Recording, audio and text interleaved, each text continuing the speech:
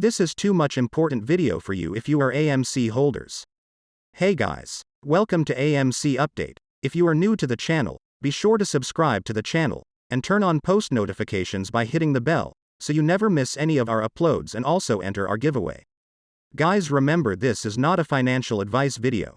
Today, I want to show some actual calculations on how shorts are using billions of dollars shorting AMC, and likely hundreds of millions of dollars each and every month. I want to talk about how shorts are trying their best to keep this covered up, but will likely be experiencing massive liquidations over the next few months, so stay tuned. And let's make some money. And now I want to dive straight in with the key information.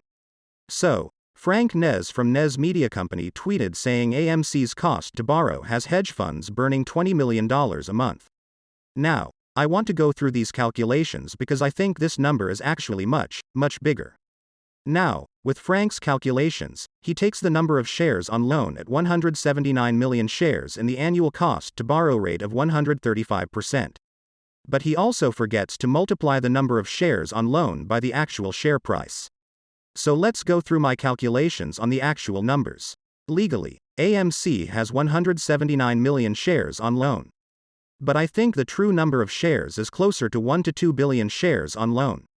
We know there isn't just 180 million shares shorted, as these hedge funds have created likely millions, if not billions, of synthetic shares. Now, the current price of AMC is $5.52 per share. So if we take the legal number of shares on loan, that's a total value on loan of $988 million. Again, when you factor in the illegal synthetics, there's likely $5.5 to $11 billion worth of shares on loan right now. Now, the AMC cost to borrow fee really depends on what source you're taking it from. Ortex actually says the cost to borrow is closer to 300%, but some other sources put it at closer to 100%. So let's use both examples. So, based on the legal number of shares on loan, these shorts are paying somewhere between $988 million per year to $2.9 billion, just to short AMC in transaction fees.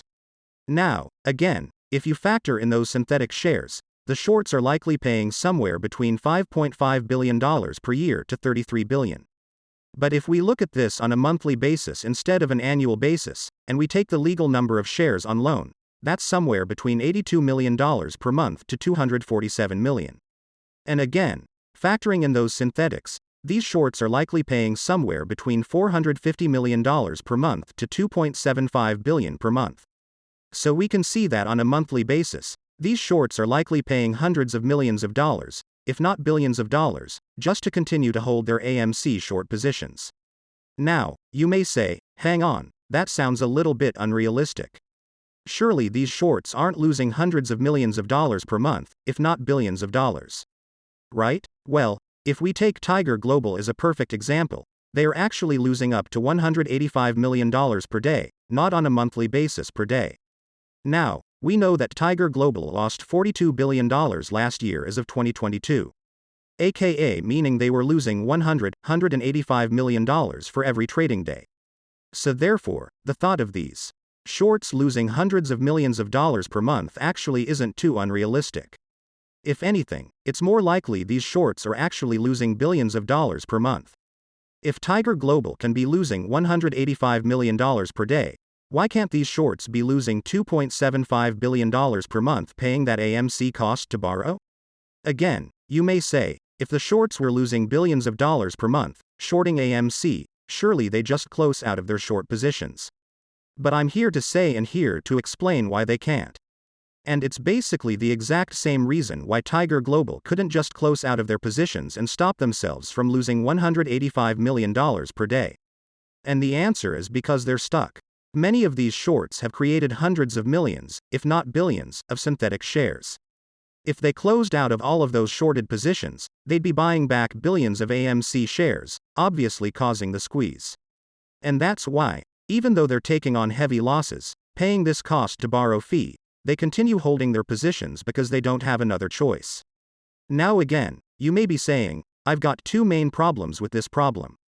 Number one, isn't Citadel making billions of dollars at the moment, not losing billions?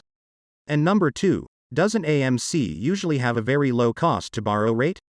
Like 1 or 2%, right?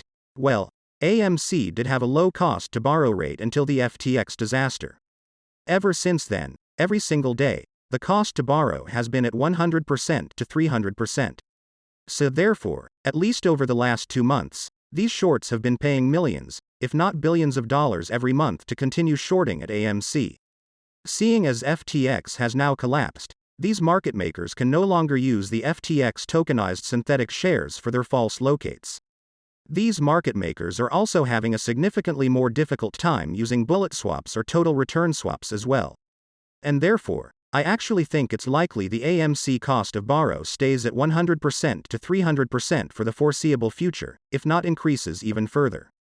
Especially as we're also seeing cost of borrows on stocks like Bed, Bath & Beyond also rocket to 400% and above. And number 2, even though Citadel seems to be making billions of dollars, I want to explain why that might not be the case. Now, you may have seen this article today saying that Ken Griffin's Citadel posts $16 billion in 2022 profits and reportedly has become the top earning hedge fund ever. Just behind Bernie Madoff, of course, even says that Citadel's gain of $16 billion last year was the largest annual gain ever made by a hedge fund manager. But actually, as Al from Boston tweeted, top hedge funds earned sharply less for clients in 2022. It says that last year will mostly be remembered as a tough one, with the broader S&P 500 losing 20% and blue-chip hedge fund managers like Tiger Global and Third Point nursing massive losses overall. Hedge funds lost $208 billion in 2022 for clients, marking the biggest single-year decline since 2008. So therefore, we've got hedge funds in total losing $208 billion in total, and some hedge funds taking on massive losses, down 50, 60, or 70%. But yet somehow, Citadel had a record-breaking year again, just like Bernie Madoff did back in the early 2000s. It seems highly coincidental that in a year when every single hedge fund struggled, Citadel Securities, probably the largest perpetrator of the AMC shorting scandal, somehow made billions and billions of dollars in profits. Somehow, when everybody was losing 50% of their fund, Citadel had massive gains, outperforming everybody in the entire market. Again, as I said, just like Bernie Madoff did back in the early 2000s, allegedly, Citadel may be overinflating their profit, so people think they're doing better than they actually are, so that Citadel can try and survive yet another day. And as Hang Loose tweeted, he said, I also find it odd that these CEOs are suddenly coming out of the woodwork after all of this time. And it's strangely happening as soon as the proxy votes for AMC were announced, and again just Citadel Securities is posting these record profits. All of these CEOs are coming out and trying to distract people from AMC, he said. I'm on board with the AMC vote if we can get a company name change to force the DTCC to create an all-new share inventory. Again, it does seem highly coincidental that so many distractions are coming out for AMC just at a time when Citadel is supposedly posting record profits and AMC has announced the conversion.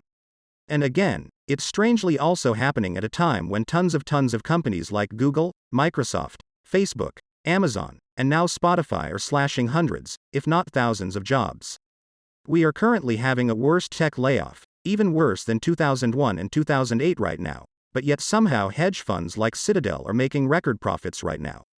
I think we're seeing way too many coincidences popping up at the same time. These hedge funds are clearly trying to distract us further from AMC and GameStop, using any and all possibilities they can think of. But the truth is that these shorts are now paying hundreds of millions of dollars, if not billions of dollars each and every month to continue shorting AMC and GameStop because they're stuck and can't escape. And therefore, it's only a matter of time until some of these hedge funds end up losing too much money, as the next leg of the market crash ends up continuing and they end up being liquidated.